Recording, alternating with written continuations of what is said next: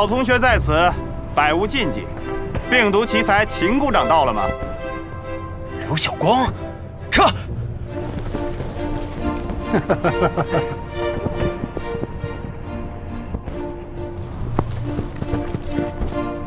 各为其主好无奈呀，老同学。关键是你这搞病毒的，被病毒给搞了。我们这又是一次高级别的特战行动。这位是我们机步旅政委薛明大校，当年的边境特种作战英雄。钱阳阳，你可别乱来。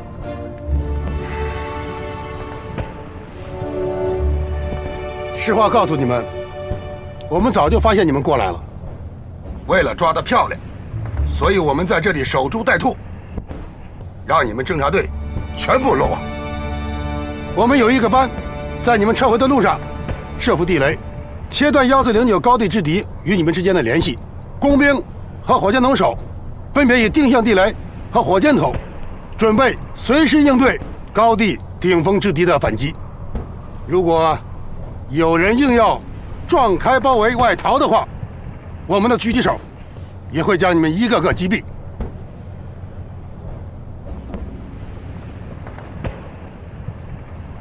岛条同志，我们整个战斗不到1分钟，即告全部胜利。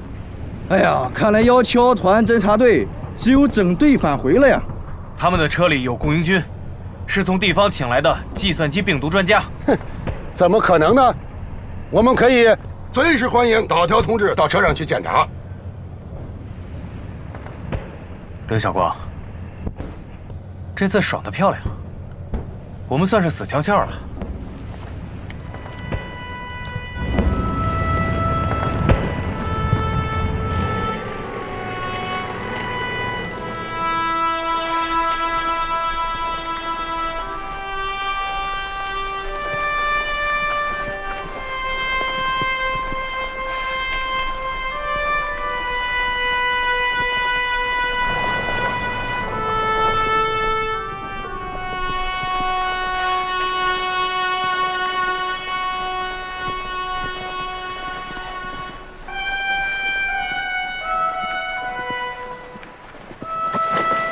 马超，马超，水还有水！纸壶，马超，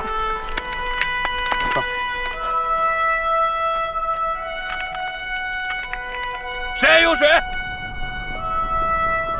停车！团长，前面是红军啊！我知道，把咱们水给他们送过去。不要！进去！不许动！不许动！不许动！你们是哪个单位的？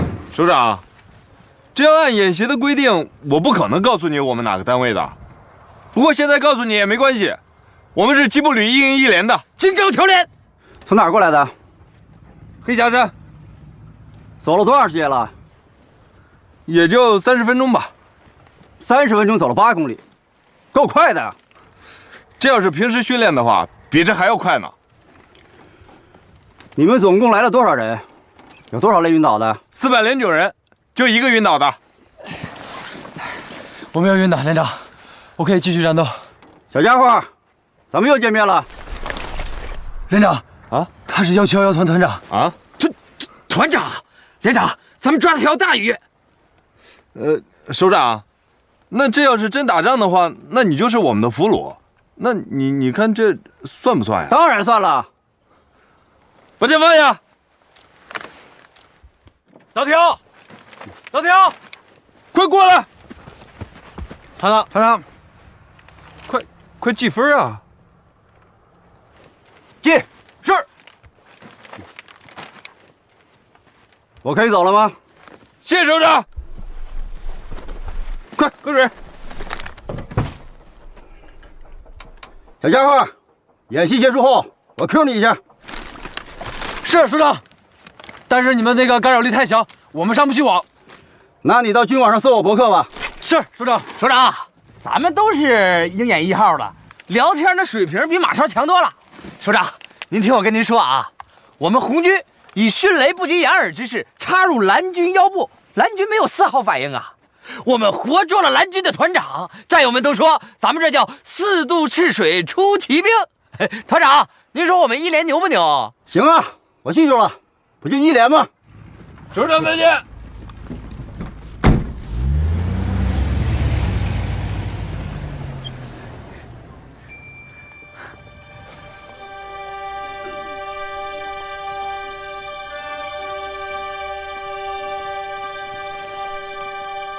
导演部宣布结果：07集团军吉普旅虽然遭受了重创，但是他们获得了相当突出的战果。171团已经完全丧失反击能力。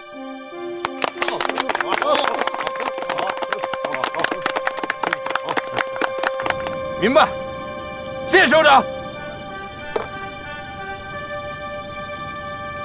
同志们，告诉大家一个好消息啊！总导演已经宣布，演习已经结束了。咱们吉布旅打败了171团。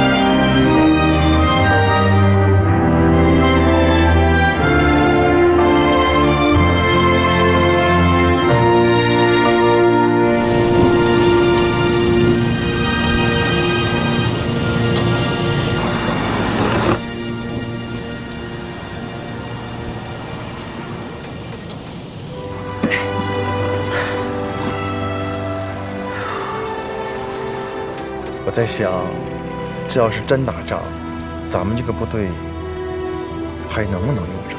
咋用不上？这么苦这么难，咱都挺过来了，肯定能用上。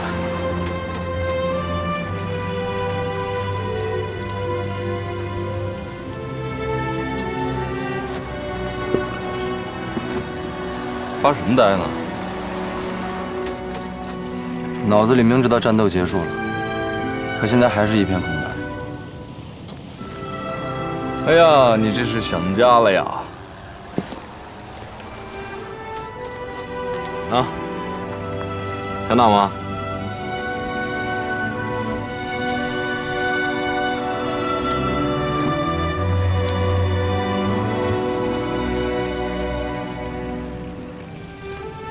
妈，我胜利了！我终于熬过来了，我毕业了。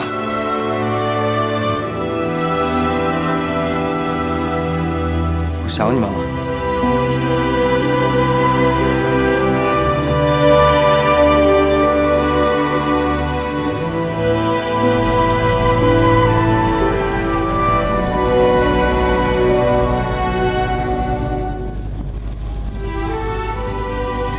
在总导演演习讲评之前啊，我想问领导们几个问题。彭团长，我军第一支数字化蓝军部队第一次没有取胜红军，您认为有哪些值得总结的问题？这还不是真正的战争。唐旅长，您认为呢？彭团长的言外之意就是说，这只不过是一场演习。如果真的是一场战争，我们红军不会占到任何便宜，我们不会有取胜的可能。这个观点，我同意，我承认。但是我始终认为啊，作为一个军人，应该始终保持一种求胜的欲望和争胜的精神。不管是将军还是列兵，你不管在何时，不管在何地，哪怕是连队之间的拉割，哪怕是连队之间的对抗演练，都应该分出个高下，争出个输赢。唐旅长果然是与众不同啊，说话都会鬼子蒙啊！听说唐旅长当年在边境作战的时候，曾经发明了一种叫鬼子蒙的自制炸弹，很有欺骗性，而且很有效果。使用这种手段取得了胜利。请问唐旅长，什么是鬼子蒙？场合不对，不是解释的时候，而且一句两句话解释不清楚。我认为唐旅长有必要解释一下，在这次演习中是否使用了鬼子蒙之类的不正规的作战手段，还有，你们未经上级批准，擅自投入了大量的家底费对装备进行更新改造，这严重违反了装备管理规定。既然彭团长没有把这次演习当作一次战争来对待，那我就不便做更多的评价了。可是对于这次演习，我是这样认为的：我们所有的原则都是按照作战来制定的，就是明天准备上战场，战争随时会来。我们在演习之前公布的演习原则也是这样说的：用一切可以的作战手段赢得演习的胜利。下面我们想请龙潭龙参谋长发表一下感想。我很激动，红蓝双方的表现我都很满意。作为红方集团军的参谋长，我由衷的期待彭越团长能锻造出更符合实战要求的蓝军部队。同时呢，我也更期待有更多的像唐侃旅长这样的具有独到的军事思想，又有高超的指挥才能的优秀的指挥员不断的涌现。这次跨区联合军演的最大收获呀，是为我军未来的演习提供了一种参考，可以说是一次破壳，就是更适应实战的演习训练方式破壳而出了。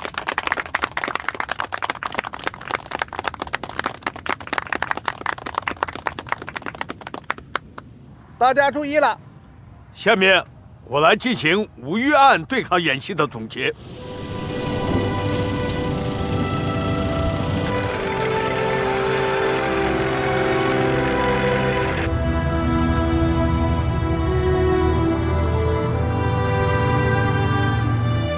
旅长、政委，军区齐司令和李政委给我们发来了贺电。念。祝贺你们在旅党委正确决策和全旅官兵共同努力下，经过艰苦奋战，取得前所未有的对抗演习胜利。这就证明了你们这支光荣的部队在向高层次转型提升中的出色成效。在此，我代表军区党委向你旅全体官兵致以崇高敬意，并特此致电慰问表彰。好，马上把军区贺电向全体官兵传达。是。喂，是我。说。龙参谋长，我听一个首长说，总部的王处长要来咱们军区当作战部长，命令很快就到。你说的是真的吗？是真的。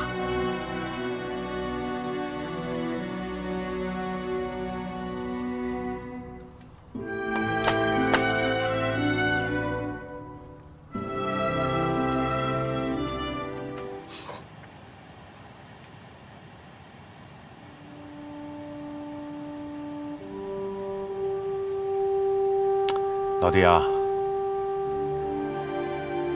有个不好的消息，有人告我状了吧？比告状还要命。我一个军区的哥们儿偷回口信来说，军区作战部长可能还不是你。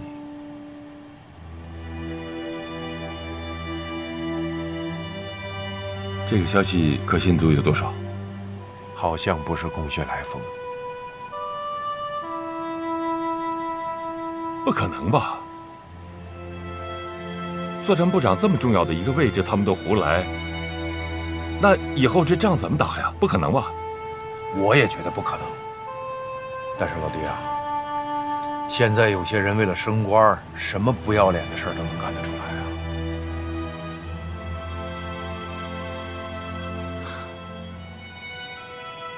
我脑子里突然在想，如果这种跑官的现象不能及时的制止，任其发展，那么就会迅速的蔓延。我们这支曾经的威武之师还能够打胜仗吗？旅长，这是管理科。出去！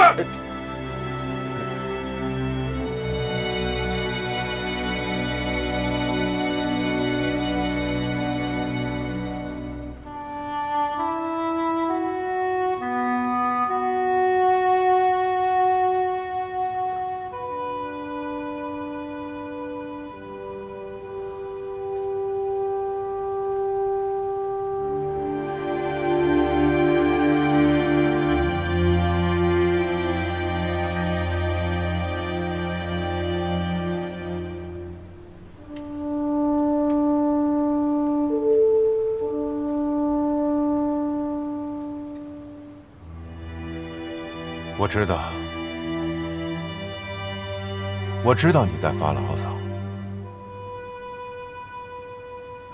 我是在发牢骚，我是有不满，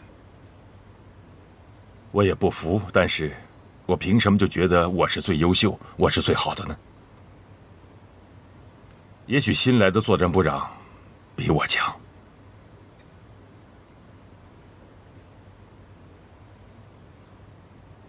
是我们现在部队有很多不好的东西，有很多不如意的东西，有这样那样的问题，有很多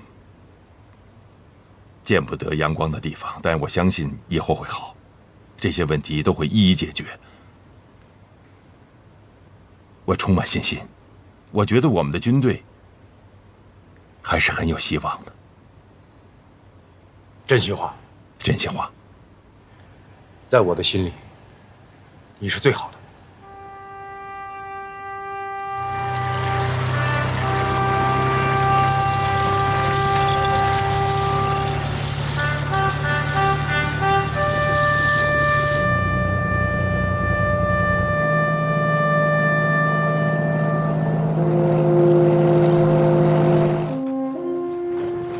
旅长啊，你坐飞机回去吧，飞机票已经买好了。你们呢？我们军练输送。我跟你们一样，把票退了。那行，你先给嫂子打个电话，报声平安。好啊。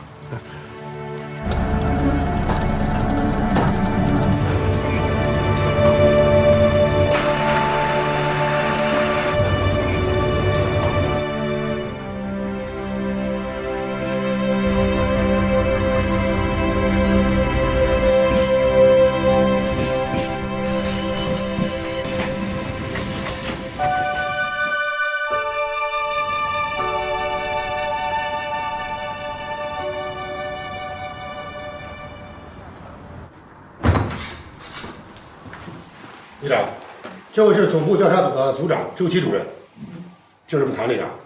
唐队长，打扰了啊。那首长，你们谈，我先出去了。好，你忙吧。唐队长，请坐。好，谢谢。唐队长，占用你点时间，我们想请你简单谈谈这么几个方面的内容。好。一，你在此次无医院对抗演习中，是否不经上级装备部门批准同意，擅自更新机步旅的电子装备？二，是否违规租赁使用地方民用设备？三，是否雇佣了15名地方人员进入演习核心部门及指挥系统工作？有人反映啊，这些人的背景缺乏细致的调查，如果泄密，对我军将有重大的损失。四，是否为了保证摩托化行军的安全和演习的需要，以征调地方民兵司机的名义借用了地方司机？五，是否不经党委集体研究，擅自决定使用200多万元家底费用于上述项目？刚才你说这5条都是我做的。好，事实。唐队长，你应该知道，不经上级装备部门批准改装装备是违反有关规定的吧？这个规定我知道。总部对于这次演习的要求有这样一条：可以动用一切近似于实战的作战手段。那么我们动用的恰恰就是近似实战的作战手段，这不违反规定。这次军演是实战演习，是真的打仗。我作为机步旅的代理旅长，对我们机步旅的现役装备非常失望，太落后了。用这样的装备跟蓝军打是没有胜算的，结果是一目了然的，就是拿鸡蛋去碰石头。我想总部一定不是这个意思。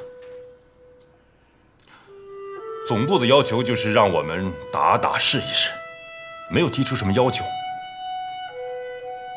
那打就打吧，我能想到什么办法就用什么办法吧。如果我在经过党委集体讨论、研究、决定，再上报上一级组织，那得用多少时间？我没有那个时间。那如果那样做的话，我只能带着这样一支装备落后的队伍跟蓝军打，叫蓝军打得乱七八糟、稀里哗啦，那这个演习还有什么意义呢？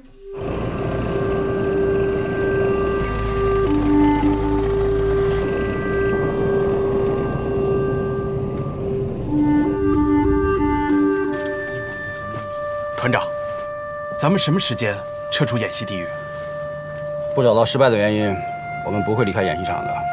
团长，这都快半个月了，回到营房也能继续干。我们171团的作风是什么？败也要败他明白。不找到失败的原因，我们绝不离开。我的意见啊。报告团长，电话。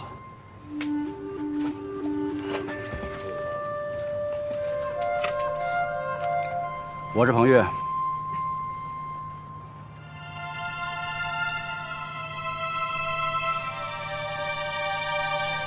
好，我明白。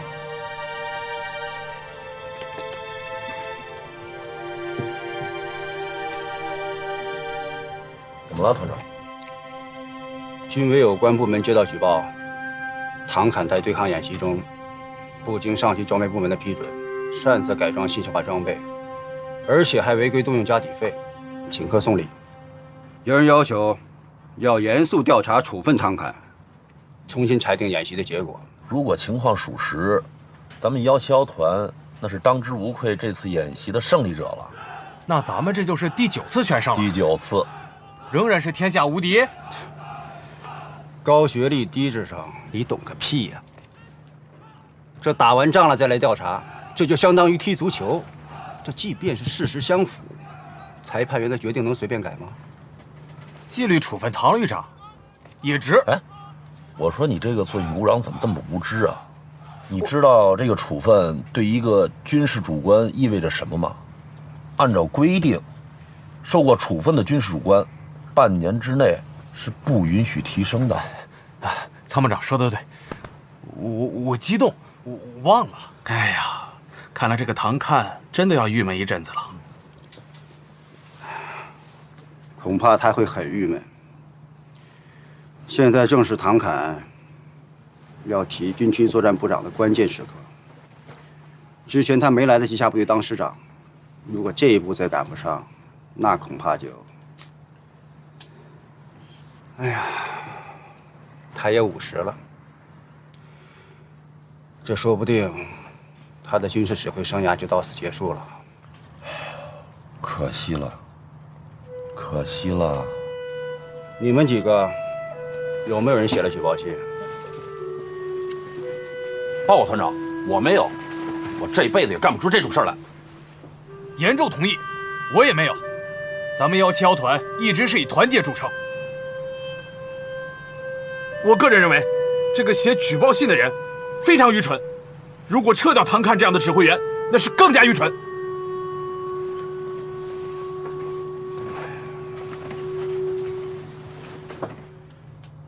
我真希望以后能有机会再碰见唐侃。好吧，那我们继续谈吧。好啊，唐队长，我们需要证实一下啊，你擅自改装指挥装备，以及邀请地方人员进入指挥系统，有没有造成泄密的后果？那么这次我们外聘的人员都是我军的预备役人员，这些预备役人员的背景、履历，我们都经过认真的调查，这没有问题，而且这符合我们战时动员条例。我说的不是背景，我说的是保密工作，符合战时动员条例，难道就不能泄密吗？啊？那么现在在我们现役军人中就有泄密的人吗？这种泄密的行为必将被绳之以法，我坚信这一点。周组长，刚才你也说了，一切结论在调查之后。如果我有问题，该怎么认定怎么认定，该怎么处理怎么处理。唐队长，有一个问题你必须要说明白。好，有人反映，你为了个人仕途升迁，乱用公款，向总部和军区首长行贿，购买茅台、月饼的。胡说八道！我不做解释了。老唐，唐队长，冷静一点，发火只能使事情更严重。周组长，我这里有我们这次演习的人员、设备以及这200万花销的明细，还有整个事件的经过。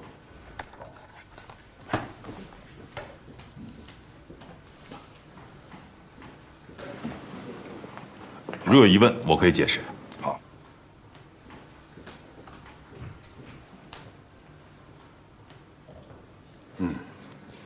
唐旅长毕竟是军区作战部副部长下来的，工作准备得很细。好吧，今天我们就谈到这儿吧。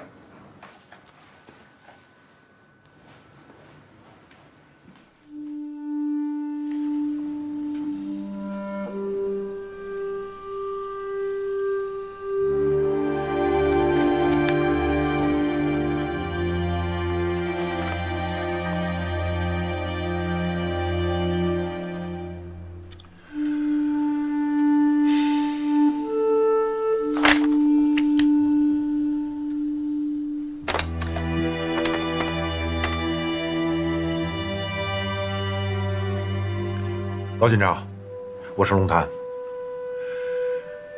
关于唐侃同志的调查，我有意见。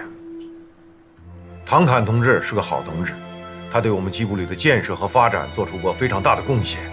这样无休止的调查下去，是非常不负责任的。给我接一下07集团军的高军长。首长好，有什么指示？是老高吗？啊，首长，是我。唐侃的调查还没结束吗？首长，还没有。调查组刚把初步结果和意见反馈到集团军。总而言之，一句话，唐侃在演习中的问题，有的确实存在，有的不存在。存在的不细究也没什么了不起，细究起来虽然也很严重，但也都是为了工作嘛。高军长，你这么一说，我都明白了。说唐侃乱用公款向总部和军区的有关领导行贿，不是污蔑就是胡说八道。过去我处理匿名信2个办法，一个是查清楚事情的真相，另外一个就是查清楚写信的是什么人。这个世界上总有这样的人，一天到晚不干正事，专靠写匿名信过日子。我们也想那么查一查，但是调查组不一定听我们的。唐侃现在还不能回来吗？首长，调查组还想找他谈，他明确表态说不谈了。如果想给他处分，按照纪律条令办就是了。他没什么好谈的了。调查组请集团军党委给拿个意见。让唐侃抓紧交代一下工作回来吧。人家田旅长就要回到部队了吗？啊？明白，首长。这叫什么事儿？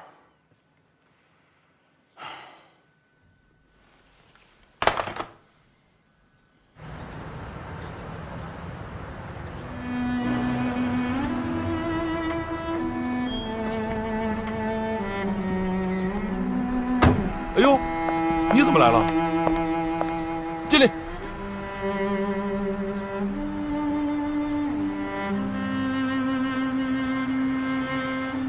我是来宣布命令的，你和李参谋长把工作交代好，今天就回军区，别耽误。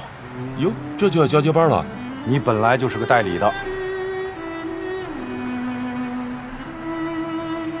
仗都打完了，因为鸡毛蒜皮的小事儿搅了局。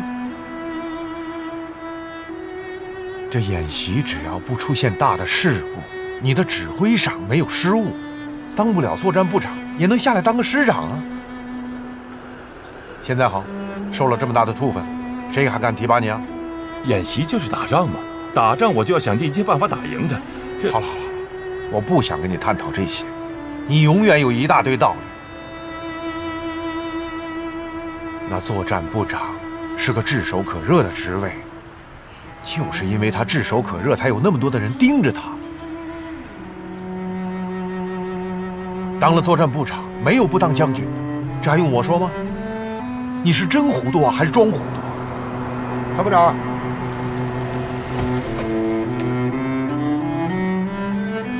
龙参谋长，参谋长，队长，林立祥，你来的正好，交接一下工作，走吧。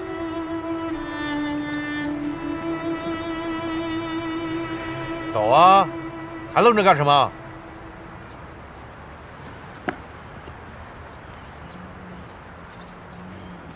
小冷还没下班，正准备走呢。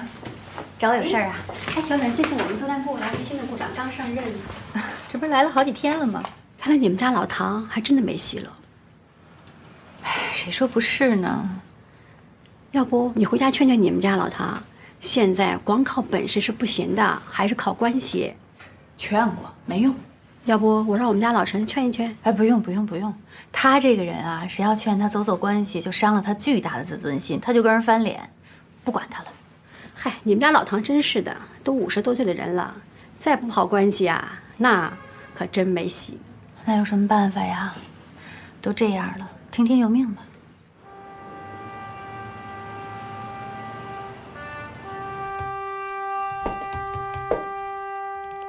别写了，早点睡吧。我得把总结写了呀，不能让这200万白花呀。哎，提不上这个作战部长，总结还是要写的嘛。你想啊，这200万换来的胜利，也许对未来战争会有很重要的启示作用。干着。你要当了这个作战部长呢，你这么说我还挺赞赏的。作战部长也没当上，还背了个严重警告。我想想那200万，我就替你委屈。这个挨处分也好啊，没提拔上也好，这个跟我写不写这总结不冲突，谁不犯错误，这说明我的人生完整了。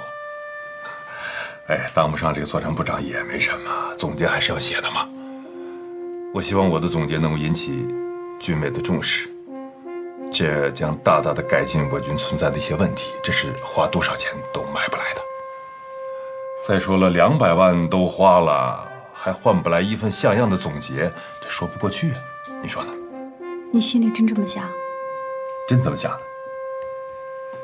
你想啊，机步旅装备落后，就是因为通讯上去了。通讯改进了，再加上战术运用得当，就战胜了装备先进的数字化团。这里边需要总结的东西太多了。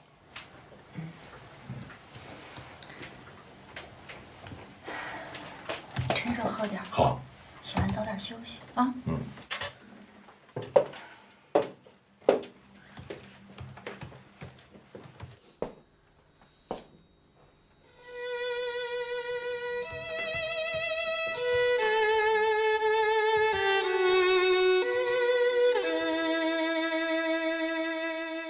英雄是什么？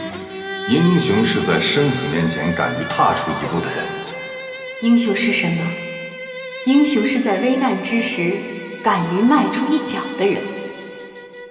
英雄是什么？英雄是浑身弹孔仍用双臂抱紧红旗的人。英雄是什么？英雄是心灵满是伤疤，仍旧眷恋这片土地，仍旧痴情不改的人。英雄是什么？英雄是背上有傲骨，心中敢担当的人。英雄是什么？英雄是你和我，我和他，是那些甘愿为了伟大的民族复兴奋斗不止的人。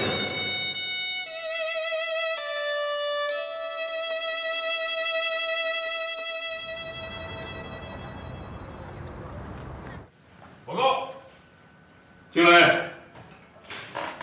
这件事情过2天再给你们答复，就这样。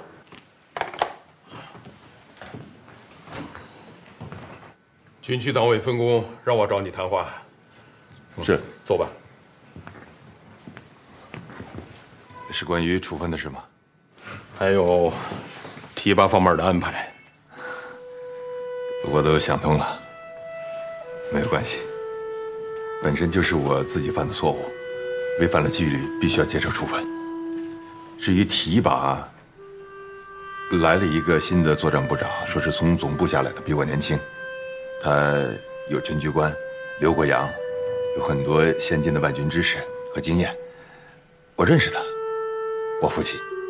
不对吧？能够让你唐看同志服气的人可是不多呀。从我军培养年轻指挥员这样一个长远的角度来出发，他比我强。我就知道你的服气是有前提的。好吧，不管是什么前提，能够让你唐看服气也算是不容易。关于提拔方面的安排，军区本来打算让你去07集团军当师长，可是因为你的处分，07集团军是战略机动部队，军事主官不能空缺，你应该了解。我明白，我服从组织安排。唐看，我本来准备了很多安慰你的话，可是后来一想，这些无关痛痒、毫无意义的话，说的也是白说。好吧，今天的谈话到此结束。哦，司令员，这个是我这次演习的总结，都在这 U 盘里。虽然我们胜了，但是我们的指挥系统太过落后，必须要及时更新，不然真的打起来我们毫无胜算。另外一个就是我们的指挥人员和参谋人员，他们的素质有待提高。我这个总结20多万字，是用200万元换来的，有点贵，差不多1个字10块钱吧。司令，你看看。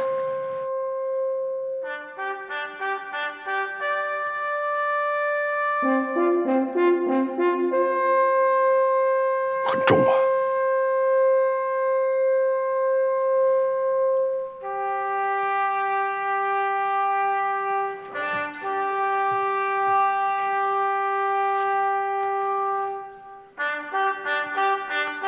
唐看，我们这个民族之所以有希望，就是因为有你这样真正的军人。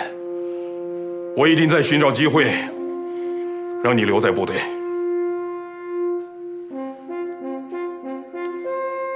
我走了。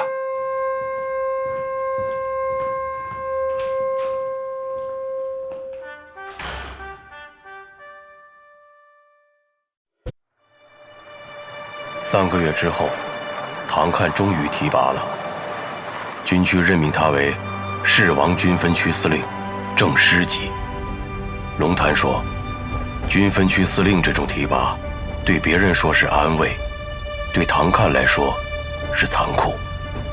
唐看则说，我不这么认为，是金子，在哪里都可以发光。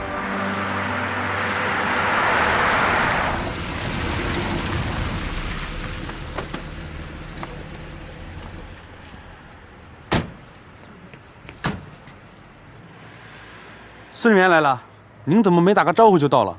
检查工作还要打招呼吗？你叫什么名字？我叫彭博，是部里的军事参谋。我要见你们部长。快点把部长叫下来。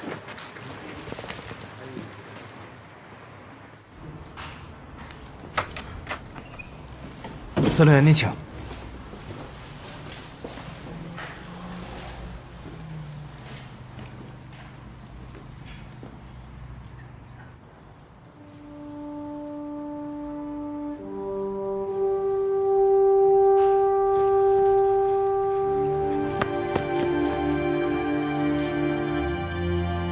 潘部长呢？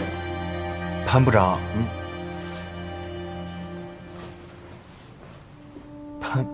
潘部长，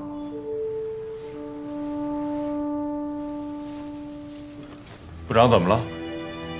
部长来没来？来了。来了的。司令，不好意思啊，那个我刚才在那边睡了一觉，不知道您来。下午4点你在睡觉，你这还是不是武装部？你这样，你把军章脱了回家睡，没人管你。潘部长，你不要忘了，你是个军人呐，军人就要维护军人的形象，就要注意军人的作风。去给你们部长倒杯水。是。坐吧。坐吧。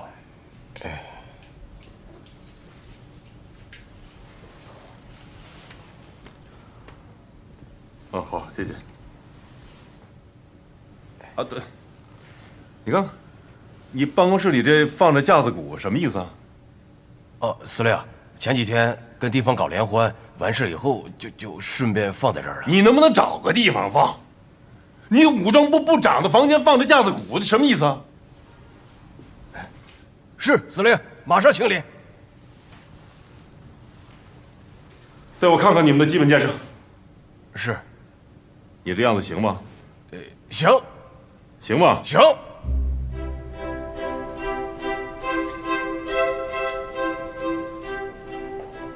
司令员，我们武装部啊，正式编制只有7个干部，好多房间都多年闲置不用了，那个房间里啥都没有。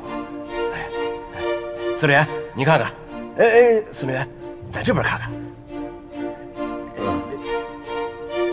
那里边堆放的什么东西？没啥，多年闲置不用了，连钥匙都找不着了。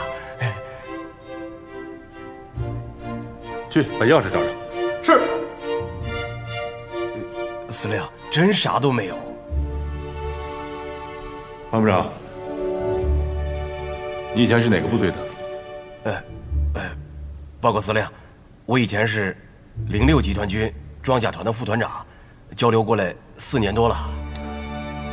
从你身上真是一点都看不出作战部队的影子了。司令，实话实说，我干武装部长4年多了，我连自己的办公楼都没转遍呢。看出来了，你对你自己的办公楼确实不熟悉。你当副团长的时候，就是这么抓队伍的吗？那可不一样，那时候甭说办公楼、宿舍、车炮房，就是围墙、猪圈，哪个地方都不能留死角。报告部长，钥匙找到了，去把门开开。是。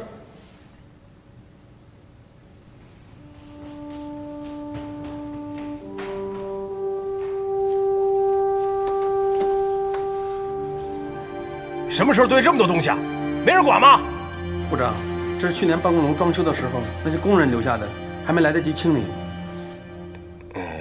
司令，不好意思啊，武装部编制就这么几个人，您在军区机关不知道，有时候搞个小演习，我们部长、政委都得亲自当战士使。平时啊，大事不多，小事也不少，工作上有疏漏的地方，也确实有忙不过来的原因。是你这个部长特别忙，忙到连清理垃圾的时间都没有，对吧？司令说的对，还是责任心的问题。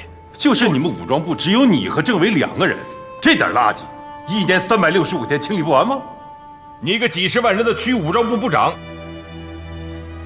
你连点垃圾都管不好，你怎么管好民兵和预备役？啊？如果你和政委真的把自己当战士用了，这点垃圾1天用不了收拾完了，脑子里没有战争的意识。司令批的对，我们一定尽快打扫。如果没有人，我们部长、政委亲自打扫。加强国防，不光是要加强正规部队的建设，地方武装部队的建设同样重要。就你们现在这个状态，你能保证一旦战争打起来，民兵和预备役拧成一股绳，形成战斗力吗？司令您放心，您下次来的时候，一定让您看到一个崭新的武装部。马上清理。是。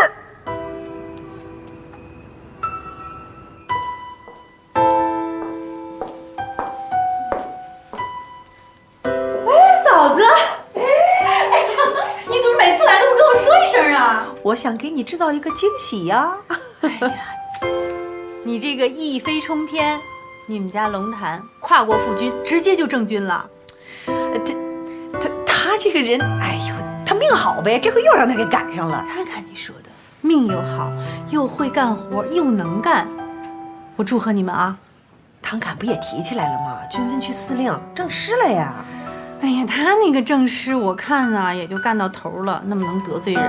哎，千万不能这么想啊！人家唐侃多能干呢，我跟你说，我坚信他一定能提起来。别人也这么说，可是老说狼来了，狼来了，狼来了。你说这狼他哪天来呀？哎呦，小冷。行了，嫂子，咱们回家做饭吃啊。今天能做饺子？必须得包饺子。你这都当军长夫人了，我得祝贺你啊。你什么意思？笑话我呀？就怕你麻烦嘛。走。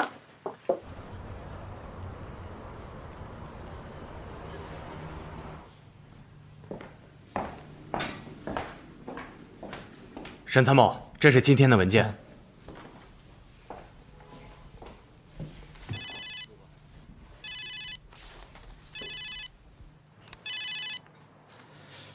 喂，宋科长，啊，你是说李局长现在在家？行，那我马上过去。哎，好。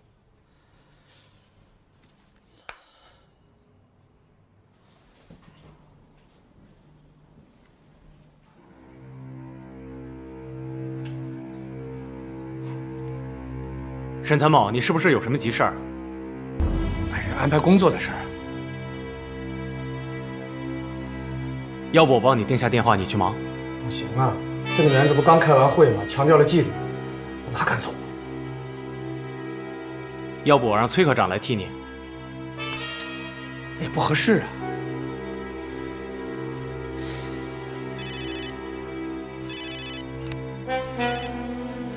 喂，小叶。沈冰，你磨蹭什么呢？好不容易有这样的机会，你要是给我耽误了，我一辈子跟你没完。不是，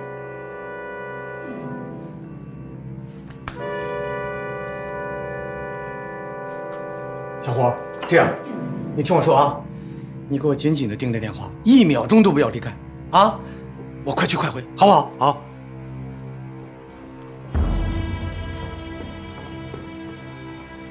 司令员。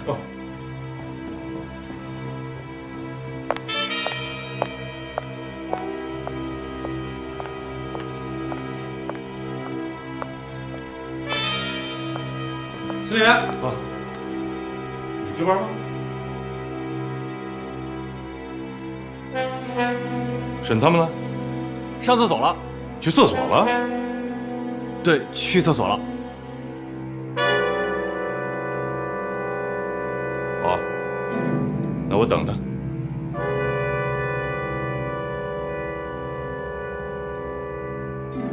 司令员是这样，沈参谋有点急事，他出去了。我替他值会儿班。你替他？谁的班你就敢替是吗？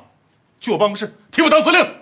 我昨天刚刚讲完战备值班制度，今天值班室就空了。我马上打电话。别打！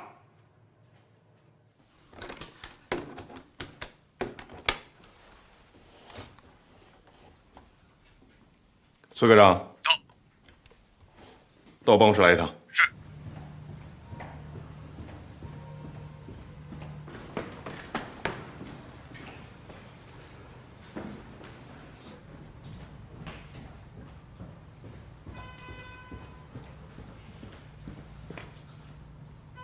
报告。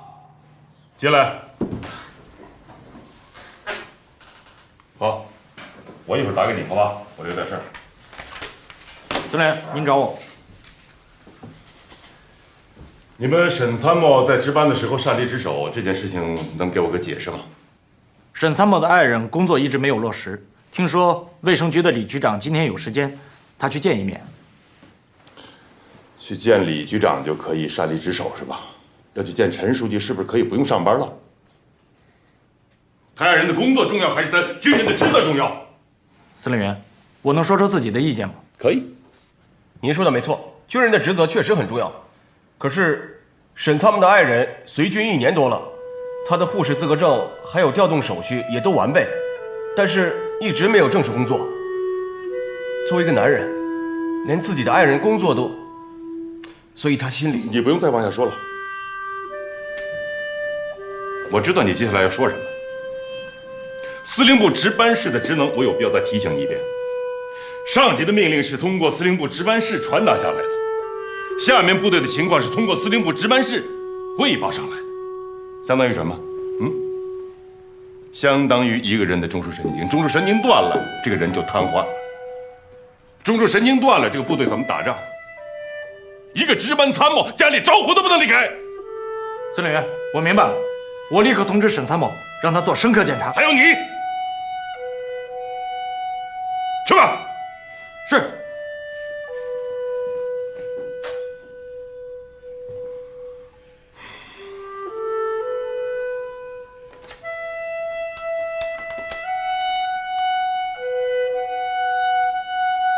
政治部袁主任吗？过来一下。哎，沈兵，你好了没有？快点儿！哎，来，等。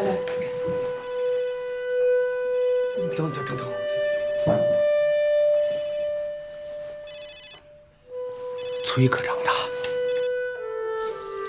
哎，崔科长，什么事儿？沈参谋，今天司令查岗，发现你擅离职守，他很生气。啊？不是，要不我现在回去？你见完李局长，抓紧回家写检查，一定要深刻。今天的班我替你。不是，那个崔科长，这样吧，我还是回去吧，这样我犯错误的程度能小一点。你这说的什么话呀？什么叫现在回去啊？李局长你不见了？不是，你等，那个崔科长，一会儿我给打过去。好。小燕，你听我说，我们新来的那个唐司令啊，铁面无私，六亲不认。你真把他惹急了，有可能我这个参谋都当不成了。不当就不当呗，大不了啊，把这身军装脱了。哎呀，行了，快走吧，再晚李局长就出去了。你这说什么呢？我大不了就脱军装，我有可能背处分的，这很严重啊！你什么意思呀？你今天不想去见李局长了？不是说我今天不想去见他，咱能不能商量？改天我再陪你去。不行，必须今天去。小燕儿，你知道吗？受处分很严重的。将来我要脱了军装，我找工作我都找不着。找不着就找不着，大不了呀，我养你。哎呀，行了，快走吧。快点儿。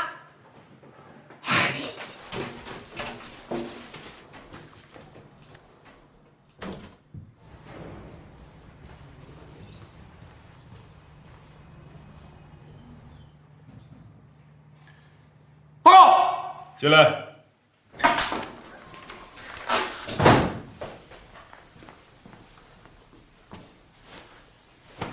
司令员，我错了，我来做检讨。我应该向你检讨，我不想用我来的时间短、对情况不了解做借口。我作为你们的领导，没有解决你们的后顾之忧，没有解决你爱人的工作，这是我的失职。我向你道歉。我跟政治部的袁主任已经开了会了，他会亲自过问你爱人的工作。我告诉他，一定要打一个漂亮的胜仗，必须把问题解决。从今天开始，我们所有的干部、职工、战士的家属、子女有困难，我们政治部必须出面解决你们的后顾之忧。这样安排，你满意吗？满意。好，你作为动员科的参谋，作战值班，擅离职守，必须要严肃处理。该怎么处理？我做深刻检讨。不够，你别听职了，你必须要在支部大会上做深刻检讨，根据你的认识程度，决定你什么时候复职。服气吗？服气。去吧。是。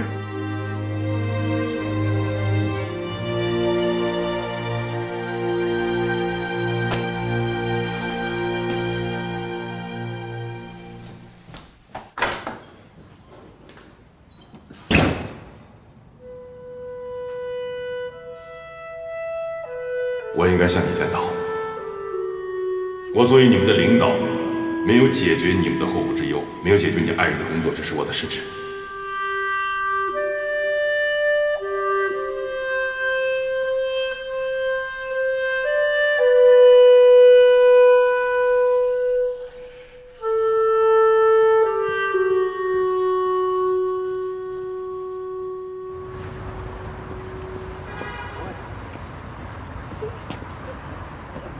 司令，这一份是崔科长和沈明检讨，这一份是党支部会议的决议，建议沈明参谋停职1周，具体什么时候恢复工作，看他日后表现。对这2人的处理，大家都有什么反响？反响还是很强烈的，都说司令员抓整顿，不走过场，要求员抓得紧。还有都说要引以为戒，做好自己的工作。好了好了，我想听反面的。反面的也有，就是觉得咱们毕竟是军分区，没必要搞得这么严格。哎，这些想法我都想到了，有什么样的想法都正常。下周学习，我打算重新学一下条例条令，并且我要给大家上一课。什么题目？军分区如何适应未来战争？这个题目好。好，那司令员，我先忙去了。好。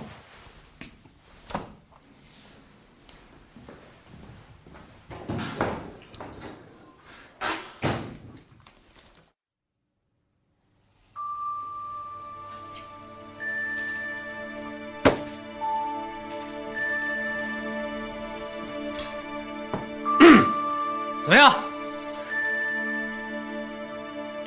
停职检查一段时间呀，更精神了。那当然了，因为我媳妇儿的工作有着落了。不过你这么说吧，我真觉得挺对不住你的，是你用停职才换来了我的工作。媳妇儿，你这话正好说反了，这说明司令员对我的关心，对部队家属的关心，尤其是对我媳妇儿工作的关心。司令员说了，如果你的工作解决不了，那是他的失职；如果部队家属的工作解决不了，他们当领导的也要停职检查。媳妇儿，我真是觉得我听到这样的话，我心里热乎乎的。是啊，能遇到这么好的司令员，你就跟着他在部队好好干。只要司令员不让你脱军装，你就当一辈子军人。是，老婆大人。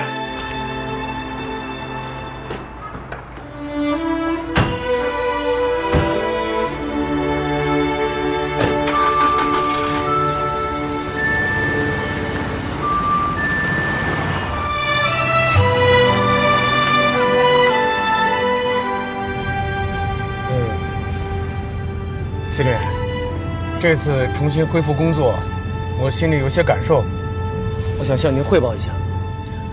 说说。记得我在部队当排长的时候，1998年夏天，我们连队参加了长江的抗洪救灾。我们连在洪水里救出了30多个老乡。临撤出的时候，当地的老百姓那真的是眼含着热泪夹道欢送。他们拉着我们的手，一个劲儿地喊亲人。大家说这是作为中国军人获得的最高荣誉。所以啊，你更应该珍惜，对吧？司令员，谢谢你让组织出面解救爱人的工作。我媳妇儿小燕跟我说了，说摊上司令员这样的好领导，要好好的跟着司令员干。如果说他要是听到一句说对不起司令员的话，他就不让我回家。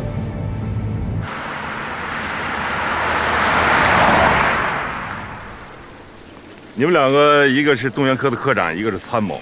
我问你们个问题啊。是。3000多年前武王伐纣，为什么会经过我们狮王？司令员，这个我还真不知道。你呢？司令员，我在军分区干了这么多年，这工作半径最大就到大峡谷，还真没研究过武王伐纣的问题。征兵动员是国防工作最重要的一个组成部分之一。你们连自己防区内的地理位置都搞不清楚，这是不可以的。是。武王当年从陕西的周原出发，直捣商朝的都城朝歌。朝歌就是现在河南的淇县附近，淇县知道吧？我倒是去过啊，但是去喝酒。以后你们出门都带个地图，起码你们到哪儿了解一下当地这个地理位置，你得清楚吧？是。武王伐纣是中华民族历史发展进程中非常重要的一场战争。这场战争发生在牧野。牧野在哪儿呢？在淇县以南，渭河以北。当年武王从陕西的周原出发，经过我们士王，到达了牧野进行作战。你看啊，他这个路线经过我们士王，足以见得士王的地理位置的重要性。咱们士王是出山西的重要关口啊。那司令员，咱们士王氏在战略地位上那也很重要。那当然了。司令员，您已经不是作战部长了，这心里还想着作战的事儿。咱们军分区虽然不带兵，但是也是军队很重要的一部分。将来的战争不分前方后方，你要准备不好，肯定抓瞎。还是司令员比咱们想得高，想得远。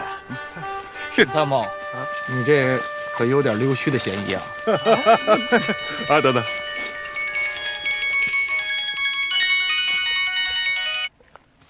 啊，王政委，司令，我刚开完市委常委会，是传达党中央、国务院关于南水北调中线工程建设的意见。今天的市委常委会议精神非常重要，市委要求马上传达落实。好，我马上回去。是。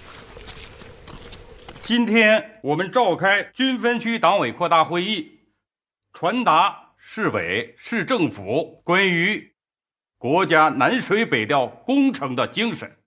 南水北调是党中央、国务院制定的国家战略性工程，而市王市是唯一工程穿越中心城区的城市，要在城区修通8.82公里的总干渠，在8个月内拆迁房屋191.55万平方米，被视为是中线工程的重中之重。一渠清水送北京，南水北调大运河的丹江水穿城而过，为咱市王增添了50万平米的水面。两岸都是绿化带和现代化的道路建设，想一想，多好的美景啊！这是好事儿啊，天大的好事儿，能够见证这么伟大的世纪工程的建设，你说我们得多幸运啊，同志们！当然，征迁安置工作要涉及到7个县、区，动迁人口近5000多户，5万多人口，动迁安置工作任务之重，群众利益诉求之多，工作难度之大，前所未有。同志们啊，时间紧，任务急呀！我已经在市委常委会上表了态，分区坚决响应市委市政府的号召，支持和完成好市委决议。在拆迁中，凡是牵扯到分区和部队的，分区领导积极配合，不讲条件，不讲价钱，按时拆迁，为国家重点工程做出应有的奉献。我们在国家战略性工程的面前，我们军分区应该发挥更大的作用，应该承担更大的责任。我想把这次征迁中拆迁的全部工作承担下来。这个不好办的。哎，沈参谋，到。有什么话说出来。说。是。司令员，这个不像咱们军分区搞任务，地方单位的事儿咱们不是很了解，尤其是拆迁，老百姓都知道，这个拆迁是天下第一难的事儿。对呀，我们不是给自己找麻烦吗？司令员，咱这个活不能懒了，一旦老百姓闹起来，咱可很难收场了。对呀，司令员，这个事情我们真的不能做。同志们，大家先不要着急说不啊，咱们听一听唐司令员给我们大家详细讲一讲。同志们，你们的顾虑其实也是我的顾虑。2006年，胡锦涛主席第一次提出了军民融合，什么意思？就是要依托民用系统加强国防建设。南水北调是什么概念？那是国字号的工程啊，千载难逢的机会，多好的一个平台！我们老在说积极参与，积极参与，参与什么？参与到国家的建设当中来。我们虽然是军分区，但我们也是真正的军人。军人是干什么的？军人就是要在祖国最需要的时候挺身而出。作战部队在遇到最困难的任务的时候，常说一句话：我们不要看你有没有能完成任务的能力，我们要看你们想不想、会不会、能不能完成艰巨的任务。越是在突发事件面前，越能凸显出我们军分区的作用。所以这次我们军分区必须承担拆迁的任务。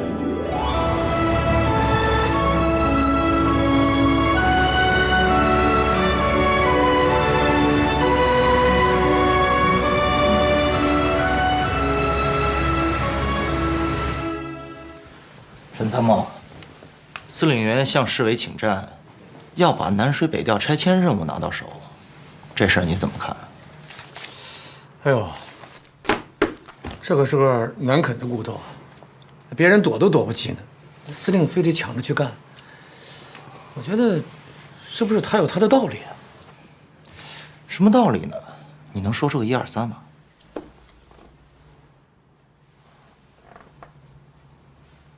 我又不是司令员，我怎么知道他什么道理？司令员多次要求咱们参谋人员遇事要多动脑子。司令员自从来到咱们十王军分区，说话做事离不开战备2字。你说这南水北调拆迁跟战备有什么关系吗？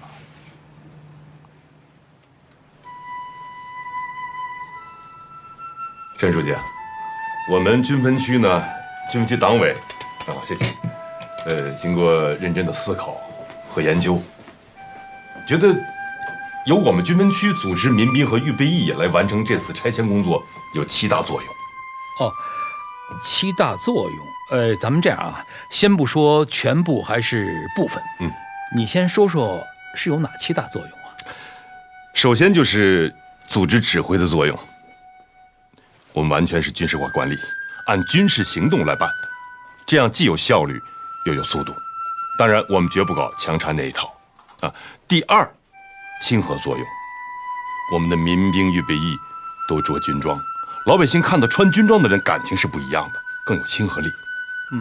第3，示范作用，我们很多民兵啊、预备役人员，他本身就是搬迁家庭的成员，我们想跟市里边要一些政策，那在安置区的周围呢，建一些这个门市房啊、农副产品批发市场啊，将来租给这些动迁户，这能够起到致富的示范作用。第4，催化作用，老百姓搬迁肯定会遇到很多的问题，我们帮着解决呀。你比方说，搬迁户里边有适龄的这个孩子想入伍的，那我们政策上可以给予一定倾斜，只要条件合格的，我们优先录用。第5，带头作用，我们可以动员我们的现役军人呐、预备役啊、民兵，动员他们的家庭先搬家。第6，保障作用，我们分编了很多的小组和小分队，你比方说后勤保障小分队工程机械小分队，运输小分队、医疗小分队，可以帮着老百姓搬家，可以给他们送医送药。第7，后续推动作用，老百姓搬了家了，这冬天马上就要到了，搬了家之后，他们是不是有煤气呀？是不是有水呀？暖气热不热呀？哎，我们后续的保障要跟上。请市委领导放心，我们军分区要把这次动迁安置工作作为一场攻坚战来打，稳妥地做好群众工作，彰显人民军队亲民爱民的形象，密切军政军民关系，绝不会因为这次拆迁拆凉了群众的心，拆散了党群关系，拆淡了军民情谊。说得好，说得好啊！嘿，你们军分区这个态表得也好啊！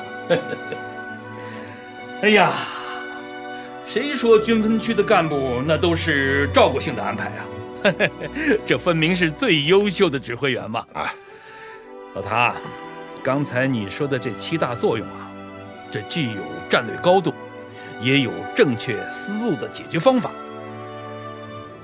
就是有一点我还不是很清楚。你说这个拆迁任务这么重，范围这么广，你从哪儿来那么多人呢？当然，你肯定会动用民兵和预备役。不过刚才你也说了，他们都有自己的单位，都有自己的工作，你用什么方法能够把他们都调到军分区来呢？陈书记，按照国防动员法，你是我们军分区的党委第1书记，也是民兵预备役的第1政委，你有军衔啊。当然，我们不会把所有的事推给你，我们只是希望陈书记能够牵个头，让市委市政府下个文，让我们需要的民兵预备役按时集中。你这是又要任务又要兵力呀！这也是国防动员嘛。我们想通过这次南水北调工程，实现我们市王市国防动员和经济建设互利双赢。好，我建议市委任命你为市王市南水北调征迁工作指挥部的副指挥长，怎么样？只要需要，我责无旁贷。等市委的决议下来以后，我看就这样，把城区的7个行政村、900多户、3000多人的拆迁任务交给你们。当然，这不是拆迁的全部，可是这任务也是相当的艰巨啊。这也说明市委市政府对你们的信任嘛。保证完成任务。同志们，这次征迁完全按照作战指挥的体制。军分区成立了由我和王源政委亲自挂帅的南水北调中线工程建设指挥部。我们特意抽调了28名政治思想强、能力素质好、作风纪律严、工作标准高的现役和预备役的军官战士，专门负责拆迁的组织协调工作。城区4个人武部和36个基层武装部分别成立指挥机构，对参加征迁工作的现役干部、民兵、预备役实施统一指挥。还要建立责任制，军分区领导负责主要街道，人武部领导负责主要村，专武部领导负责主要组，民兵干部负责主要户，民兵负责主要人。唐坎司令员和其他军分区领导也分别承包重点。我们唐坎司令员现在已经选择了一个最难啃的老城中村东王储村。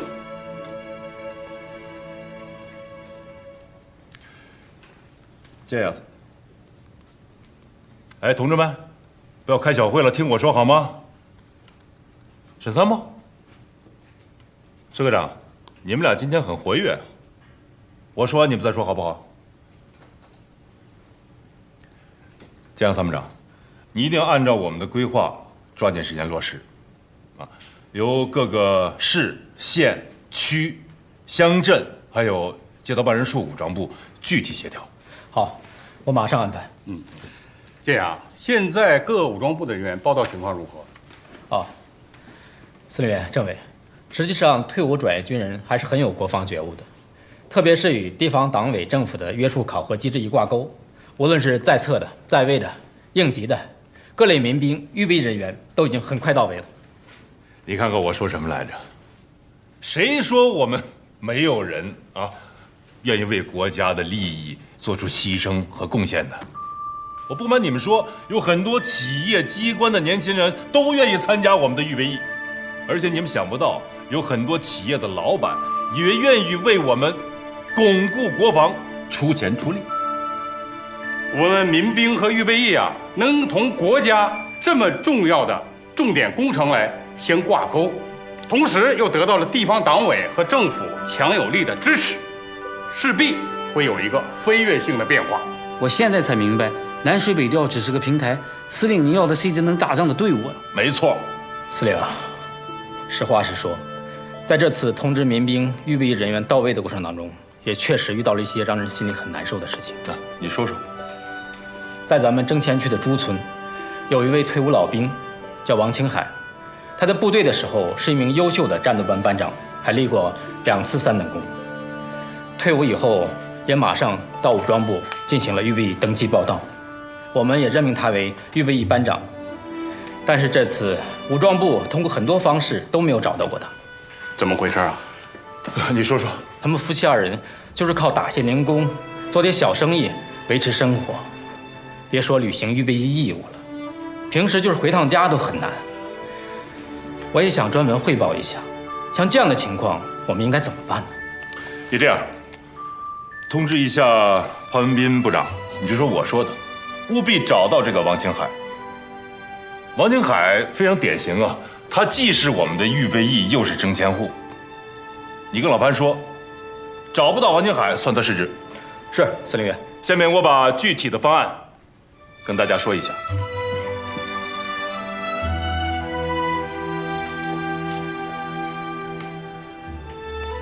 石南村由王政委负责，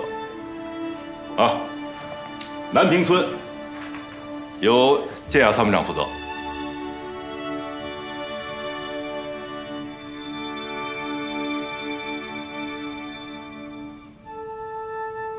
老郑，彭参谋，你来了啊！那个预备役人员的集合通知你收到了吗？收到了，你放心好了。我放完这数员小活，我这去报到。